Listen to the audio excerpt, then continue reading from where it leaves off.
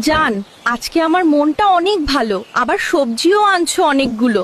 আজকে তুমি যেটাই বলবা আমি সেটাই রান্না করে খাওয়াবো তোমাকে। সত্যি? তাহলে এক কাজ করো, আলু বেগুন আর ফুলকপি দিয়ে ঝোল বানাও। মাছ তো নাই, মাছ আনলে এই সবজি দিয়ে রান্না করব। তাহলে এক কাজ করো, নতুন আলু আনছি, আলু ভর্তা করে ফেলো। হেই, আলু ভর্তা গলা দিয়ে ভাত নামতে চায় না, আর গলা জ্বলে খাইলে। তাহলে এক কাজ করো, গরুর গোশত দিয়ে পোলাও রান্না করো। অনেক সময় লাগবো গোশ দিয়ে পোলাও বানাইতে, অন্য কিছু কও। গোশত দিয়া পোলাও বানাইলে তো সময় লাগবেই। তাহলে এক কাজ করো, সব সবজি দিয়ে খিচুড়ি বানায়া ফেলাও।